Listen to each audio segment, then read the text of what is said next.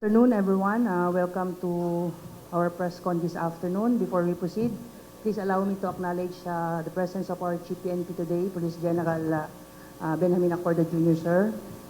He is joined by Police Brigadier General Lyndon Mencio, the Deputy Director of CIDG. We also with Police Colonel David Poclay, the Deputy Director for Operation of CIDG, and Chief of the Regional Field Unit 4A of the CIDG, Police Colonel Jack Malinaw.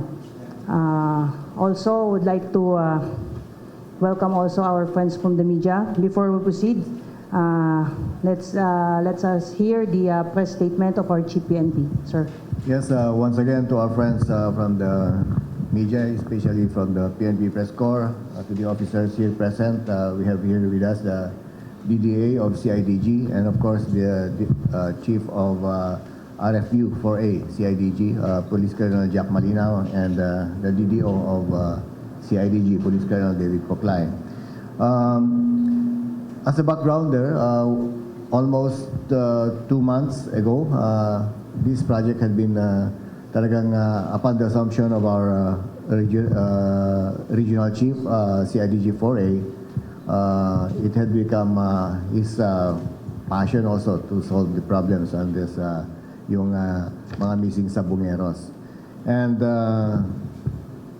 for almost 2 months na surveillance and other efforts, coordinations, nagbunga. And today, at around 1:45 p.m., CIDG Region 4A arrested in Parañaque City 6 suspects in the kidnapping and serious illegal detention of 6 cockfighting aficionados who were reported missing on January 13, 2022 in Manila Cockpit Arena by virtue of warrant of arrest issued by RTC Branch 40, Manila, with no bail recommended. These are Julie A.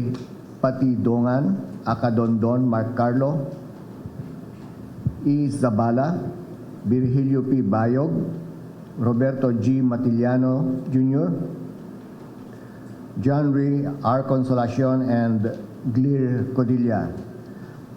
Aside from the 6 suspects, 2 companions of suspect Patidongan, identified as Melchor Neri E. Dagsan and Victorino Jocosol E. Eneran, were also arrested for obstruction of justice. It can be recalled that on January 14, 2022, families of the victims personally appeared before the CIDG to lodge a complaint against the security personnel of Manila Cockpit Arena for their alleged involvement in the kidnapping of 6 cockfighting aficionados, namely James Bakay, Marlon Bakay, Rondel Cristotorum, Mark Joseph Velasco, John Claude Benson Idonog, and Roel Gomez. This incident went viral after the families of the victims appeared in public and exposed that there are sabongeros and others who are missing since April 2021. Upon learning this incident, the CIDG created a special investigation task group, Sabongero, on January 24, 2022, to focus on these reported missing sabongeros, and based on their investigation, there are at least 34 missing sabongeros as of this date. On March 18, 2022, 6 counts of kidnapping and serious illegal detention were under Article 267 of the Revised Penal Code were filed against the suspects before the Department of Justice. A separate case for kidnapping and serious illegal detention were also filed by CIDG in relation to the case of missing master agent of Online Sabong, Ricardo Lasco, who was reportedly abducted on August 30, 2021 in San Pablo, Laguna. I would like to commend the CIDG for their unrelenting efforts that led to the arrest of the 6 suspects. We hope that their arrest will give assurance to the families that the PNP have not reneged on their commitment to pursue this case until justice is served. And we are now ready for questions. Sir, may we hear from Mr. Mark Abiel of Net25, sir? Sir, initially, baka pwede pong pakwento sa amin yung detalye. Ano pong ginagawa ng 6 na suspect doon sa Parañaque nung ma-arresto po sila? May I give the mic to our Chief RFU for ACIDG, Police Colonel Jack Malinaw. Thank you, sir. As mentioned by the Chief PNP, almost 2 months, our Director, General Karamat, directed the shifting to high gear our manhunt operations by directing the creation of dedicated tracker teams. Pag sinabing dedicated, yun lang po talaga ang focus. So, based on the time-tested formula na profiling sa intelligence parlance, no? We went back to our records until such time na nagkaroon kami ng tracers on these suspects, no, kung saan sila. So we cannot divulge our methodologies until such time. The last 3 days, we conducted or we executed a 24-hour surveillance intelligence operation. Kaya natunto namin yung location nila, no? On Parañaque City in 2 separate places. Sir, ano pong ginagawa nila ron? Ito po ba ay safe house? Paano po? We're still, initially, based on our assessment, safe house po to nila, and based on our previous intelligence activities, they've been transferring from different places. Kaya it is a very challenging activity. That's why nagkaroon kami ng break. You're able to have a established talaga kung saan sila just 3 days ago, no? Kaya natunto namin. So a lot of confirmatory activities ang ginagawa namin. Sir, last question on my part, sir. Based sa interview natin sa kanila, may inamin po ba sila kung may impormasyon sila kung nasa na yung mga nawawalang sabongero? Wala pa tayo sa phase na gano'n, no? That will be another subject of continuing investigation by the SITG Sabongero. But for this activity, for today's activity, we're just basing on the manhunt operation, bringing them into the jurisdiction of the court para tumakbo naman yung kaso, no? Thank you. May we hear from Ms. Leia Ilagan of UNTV, ma'am? Good afternoon po, sirs. Sir, base po sa investigation nyo at kung nakausap nyo na itong 6 na mga nahuli na sabongero, ano daw po ang dahilan? Bakit nila dinukot yung mga sabongero? Itong 6 palang suspect, ano ang dahilan? Bakit nila dinukot yung 6 na sabongero? Ma'am, as I have mentioned, our activity for today or the past almost 2 months is purely for manhunt operation for them to be taken into custody sa batas para harapin nila yung kaso. We are not yet on that phase as to the motive dun sa mga previous incidents, and that will be subject for further investigation ng SITG Sabongero. Continuing pa rin naman. So sir, hindi rin po pa nababanggit kung sino po talaga ang mastermind dito kung sino ang nag-utos sa kanila? Wala po pa, ma'am. Wala pa po. Thank you, ma'am. Thank you, sir.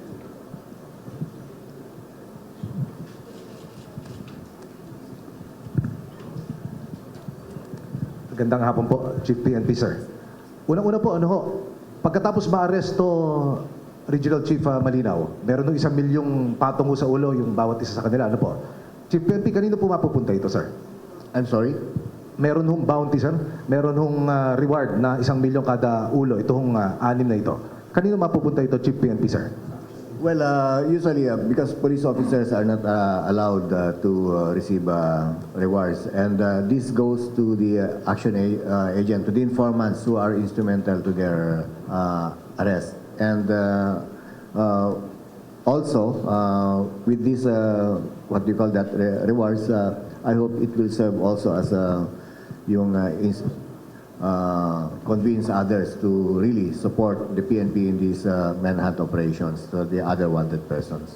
Okay. Ibig sabihin, Chief PNP, Regional Chief Malinaw, sir, meron hong informante rito. Baka pwede niyo hong magbigay ng konting komento ho rito, sir. Meron po kaming ginamit na informante po dito because in the conduct of research pertaining to this case, we need available information. So kung tutusin, marami po talaga nagbigay sa amin ng information, but we have to sanitize saan dito yung pinaka-feasible at saka yung malapit sa katotohanan. Chief PNP, sir, umatras ho yung mga naghahabol dito. At DOJ ho nagdeklara noon. Ano ho ang magiging epekto nito sa kaso ngayong nasa kamay nyo na itong mga suspect? Pakipaliwanag lang ho sa amin, sir. Well, I hope that with the arrest of these suspects, those who were reportedly nag-back out as a witness may be convinced or reconsider the position. And I do believe that the case is still strong. We have enough evidence also that will continue with the case even with these witnesses na nag-back out. Okay, sir. Yung pong safe house, RC, Regional Chief, sir, kanino ho ito nakapangalan? We're still conducting, continuing pa rin namin yung investigation namin. Hindi lang po na ito na nagtatapos sa pag-aresto sa anim kaninang early this afternoon. Tinitingnan na namin kung sino yung owner nun or sino yung facilitator para ma-filean din namin ng appropriate charges later on if they will be found out to be liable in any existing laws. Bilang panghuli, Regional Chief, tuwing kailan ho sila nagiging malikot sa tracking nyo ho sa kanila? Mahirap, sir. Very erratic ang movement nila, but based doon sa natin, the last 3 days was very critical. Nagkaroon tayo ng window at nagkaroon tayo ng break lang, no? Sinuwerte lang po. Thank you, Chief PNP. Thank you, Regional Chief, sir. Any more, sir? Sir, nasa na po sila ngayon? At paano po yung magiging disposition po nito mga suspects? They're currently undergoing a booking procedure at the headquarters CIDG. Then later on, they will be brought back to the regional office ng CIDG sa 4A in Calamba. Then by next week, we will be returning the warrant to the issuing court para ma-inform yung korte that they are already taken into custody para mapag-umpisa na yung trial phase ng kaso. Sir, ito pong suspects yung involved sa missing sabongeros po sa Manila. Pero dito po sa case sa Manila, may mga hinahanap pa po ba? Na other suspects? Or kasamahan, kumpanya? Itong anim po na naaresto kanina. As far as we are concerned, sila lang po yung anim na may warrants of arrest. Continuing pa rin yung effort ng SITG sa Bongero para makita yung buong picture na naging problema dito sa kasong to. No?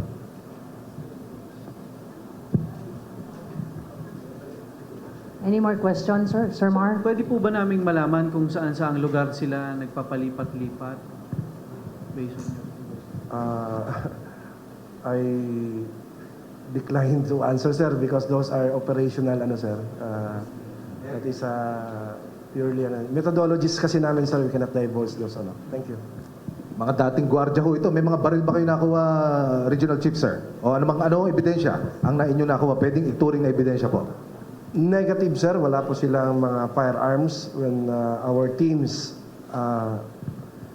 effected the arrest on the 6 suspects, no?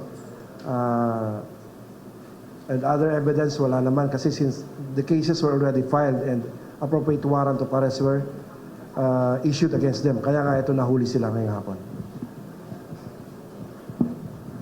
Chief PNP. Sir, message mo na lang siguro sa families ng other victims na baka nawawalan na ng pag-asa doon sa mga kamag-anak.